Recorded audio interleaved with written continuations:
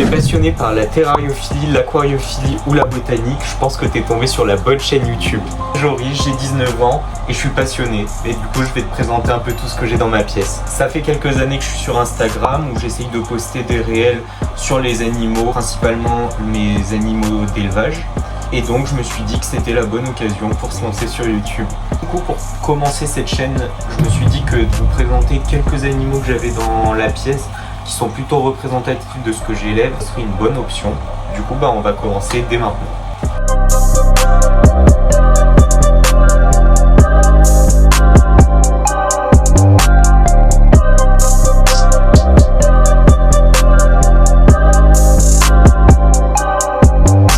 Donc juste derrière moi, j'ai mon étagère. Il y a principalement des blattes, même si là, il y a une colonie d'araignées et là, il y a des petits méris qui sont des punaises assassines. Le plus gros, ce sont les blattes. Donc là, c'est pas très esthétique. Il faut que je rachète des Ectothera qui sont super cool pour l'observation, je trouve. Et du coup, plusieurs espèces de Periplaneta, mais là, j'en ai que 3 du coup dans les terras. Mais il faut que du coup, j'en mette d'autres. Des terrariums pour compléter mon étagère à Periplaneta.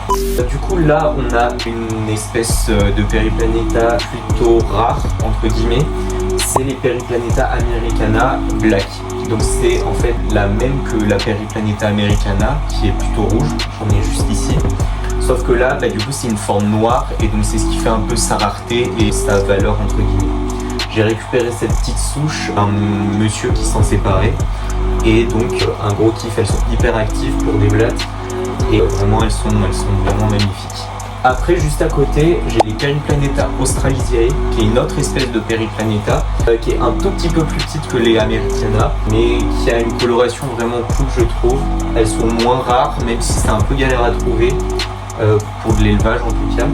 Elles sont hyper actives et elles sont vraiment trop chouettes, enfin vraiment moi j'adore cette espèce. Juste en bas ici on a du coup les Periplaneta americana mais cette fois elles sont classiques. Elles sont très peureuses, c'est un peu le défaut de cette espèce, même si je les trouve vraiment belles parce que j'adore les Periplaneta. Elles sont vraiment cool mais du coup je les vois que la nuit alors que les deux autres je les vois vraiment toute la journée, elles sont hyper actives. Elles sont plutôt peureuses, mais ça reste une espèce super cool, assez prolifique. Juste à côté de l'étagère, on a le plus gros aquarium de la pièce. C'est un aquarium plutôt de prédateurs, parce que moi c'est ce que j'aime dans l'aquariophilie, c'est les poissons prédateurs. On y retrouve du coup dedans 4 barbus, je sais plus l'espèce, mais c'est un peu imprononçable comme nom. Donc du coup je vous le mettrai sur l'écran. Et donc on en retrouve 4 que j'ai eu qui étaient grands comme ça et qui maintenant font 20-25 cm. Donc en vrai c'est plutôt cool, ils ont bien grossi. Et je pense que vous l'avez vu du coup qui se cache, qui fait timide alors que de base pas du tout. L'ostéoglossum, du coup c'est un arowana que j'ai récupéré dans mon animalerie qui était tout petit et que maintenant qui a bien grossi. Il est bien habitué à moi, il mange comme un fou, vraiment c'est vraiment magnifique, c'est mon poisson préféré. Et vraiment j'adore ça, c'est vraiment sublime comme poisson. Il est magnifique, il a même des petits reflets rouges et tout, enfin vraiment c'est fou comme poisson. Les trucs à changer sur cet aquarium parce que du coup j'avais mis un filet parce que quand il était tout petit, il pouvait sauter, enfin même maintenant il peut sauter mais bon maintenant voilà. Que je change ce filet du coup qui est vraiment dégueulasse, faut que je fasse un truc beaucoup plus propre et qui sera avec des mailles plus larges parce que du coup maintenant il est devenu plutôt gros.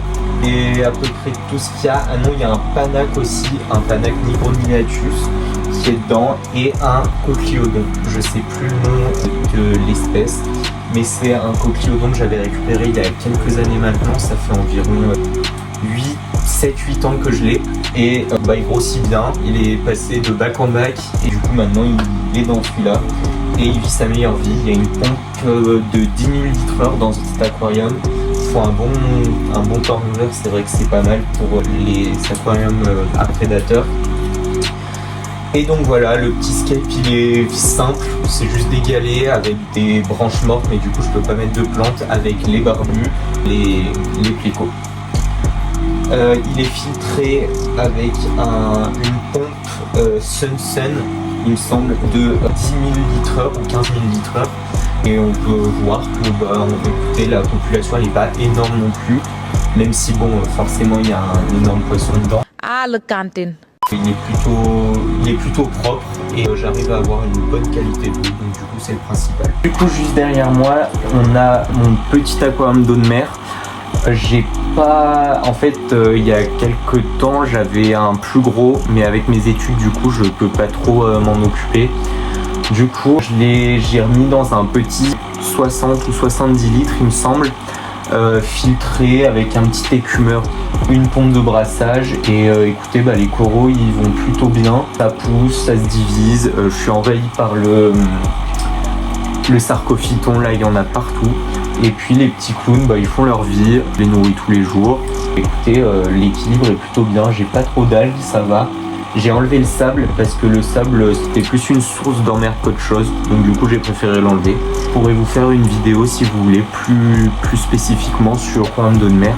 Mais dites-moi du coup dans les commentaires si vous voulez des vidéos plus spécifiques sur mes installations, sachant que du coup j'ai un paludarium aussi, j'ai des périophthalmes, donc ça peut être cool à tutoriser ou quoi. J'aimerais bien faire des formats un peu tuto qui je pense peuvent être utiles parce que c'est des espèces où il n'y en a pas trop encore, des tutos ou des fiches d'élevage. Donc je pense que je peux vous dire comment moi je les élève, comment moi je les nourris et ça peut être plutôt cool. Du coup là juste en haut, là on a un bac avec des petits poécilidés qui sont super sympas, mais faut que je vous les montre parce qu'ils se cachent plutôt beaucoup. Et donc juste en haut, on a un terrarium avec des fourmis, oui parce que j'aime bien les fourmis aussi. Du coup là on a des Odontomachus sp de Bali. Donc du coup on connaît pas trop l'espèce, mais elles viennent de Bali. Donc du coup c'est plutôt cool, j'adore le terrarium, je le trouve vraiment trop cool. Je vous ferai des petits plans après. C'est vraiment forêt amazonienne le truc. Il y a des plantes de partout, ça pousse vraiment beaucoup. J'ai fait un petit réel sur Insta si vous voulez aller voir. Et à côté, donc là on a une petite fondation de Caribara diversa. C'est une autre espèce de fourmi qui est aussi cool. J'avais récupéré cette colonie chez Thibaut-Atta à la bourse aux reptiles de Vichy parce que j'avais exposé et qu'on était juste à côté. Du coup c'était plutôt cool. Je l'avais récupéré, donc la colonie, la fondation elle se développe plutôt bien, évolue, voilà. Pour l'instant il n'y a pas un gros développement. Après ça fait que un mois et demi que je l'ai, donc du coup la nouvelle génération d'ouvrières est arrivée, mais vu que c'est une espèce où les ouvrières elles vivent vraiment pas longtemps, c'est vrai que la colonie au début se développe pas énormément, mais ça devrait arriver d'ici quelques temps. Là la colonie, j'ai vu qu'il y avait un gros couvain, je les dérange pas trop, je remets de l'eau une fois par semaine et je les nourris dès que j'ai une blatte sous la main ou quoi, je la mets dedans. On arrive du coup sur la partie plante. Du coup j'ai 4 box, dont une là. Du coup elle c'est plus ma box de plantes mères on va dire. La box où je cultive mes plantes un peu rares, mes plantes que j'achète directement, où je les fais grossir. Et après on passe plus sur les box de culture du coup, où là il y a tout plein de boutures de mes plantes mères du coup. Et écoutez ça se passe plutôt bien, je les éclaire avec une LED. Dans toute ma pièce, la lumière elle s'éteint à 21h et elle s'allume à 9h. Donc du coup ça fait pas mal de lumière et les plantes ont l'air de plutôt apprécier ça. Je les arrose une fois par jour à peu près pour garder un bon taux d'hygrométrie dans les box. Et puis ça se passe plutôt bien. J'ai pas mal de boutures, ça se développe plutôt bien. Je mets pas d'engrais, j'arrose avec l'eau de mes aquariums et ça marche super bien. Donc du coup voilà, j'ai pas eu d'attaque de parasites. C'est vrai que j'en avais eu une avant et au final j'ai traité et ça a pas l'air de revenir. Du coup c'est plutôt cool. Juste à côté on a les cloportes. Donc là j'ai pas beaucoup d'espèces. C'est vrai que je suis un peu, j'aime bien ça. J'ai quelques espèces qui me font kiffer. Après voilà, c'est pas ce que je préfère non plus. Du coup on a dans cette boîte on a des Armadillidium Santa Lucia qui se développent plutôt bien, donc c'est plutôt cool. On a des Panda King, Cubaris Panda King qui se développent aussi. J'ai récupéré pareil à la bourse aux reptiles de Vichy, une petite colonie d'une dizaine et ils se développent plutôt bien, il y a pas mal de bébés donc c'est plutôt cool. On a Scaberlava, ça j'ai eu un peu de mal. C'est vrai que au début j'avais beaucoup de reproduction et là ça stagne un peu donc je verrai bien. Et juste en bas, on a les Cubaris murina qui se développent à foison. Vraiment, c'est fou. J'en mets du coup dans tous mes terrariums, dans toutes mes boîtes d'élevage parce que vraiment ça se reproduit vraiment bien et ils sont plutôt cool. Niveau look, on dirait des petits tanks, donc du coup c'est sympa.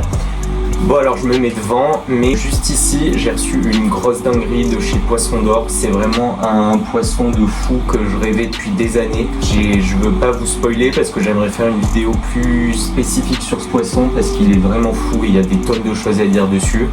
C'est un poisson qui va rejoindre le 600 litres après. Là il est très jeune, il fait 10-12 cm, donc du coup il est très jeune. Je veux voir un peu, il est en acclimatation là, je veux voir un peu comment il mange, s'il n'a pas des parasites, tout ça. Et puis après je le mettrai dans le 600 litres si il évolue bien quoi. Donc voilà, on revient au début. J'ai quand même pas mal d'espèces que je vous ai pas présentées. C'est vrai que je voulais pas commencer directement avec une présentation spécifique d'une espèce, même si j'aimerais faire ça aussi. Des tutos, de l'élevage, des arrivages, tout ce que j'aimerais faire et développer sur la chaîne. J'aimerais vous présenter aussi des terrariums que je fais plutôt en biotope, tout ça. Dites-moi si ça vous intéresse dans les commentaires et j'essaierai d'en faire. C'est vrai que moi YouTube je connais pas trop, j'ai plus l'habitude de faire des vidéos sur Instagram, des petits réels format court. Mais dites-moi si ça vous plaît, dites-moi ce qui vous intéresse de voir, de tutoriser, tout ça, j'aimerais bien développer tout ça. Tout ce qui est insectes, etc., je peux faire pas mal de choses parce que j'ai une trentaine d'espèces de blattes. Donc du coup, si vous voulez, si ça vous intéresse, parce que c'est vrai que c'est pas trop développé comme insecte et les gens généralement ça les dégoûte un peu. Donc du coup voilà, j'aimerais bien partager ma passion. Du coup n'hésitez pas à appuyer sur le bouton abonnement parce que j'aimerais bien savoir où est-ce qu'une chaîne d'insectes et d'aquariophilie peut nous emmener. N'hésitez pas à liker la vidéo, à la partager et ça m'aiderait beaucoup. Du coup ça serait super. Je vous dis à très vite pour une nouvelle vidéo. C'était Joris, ciao.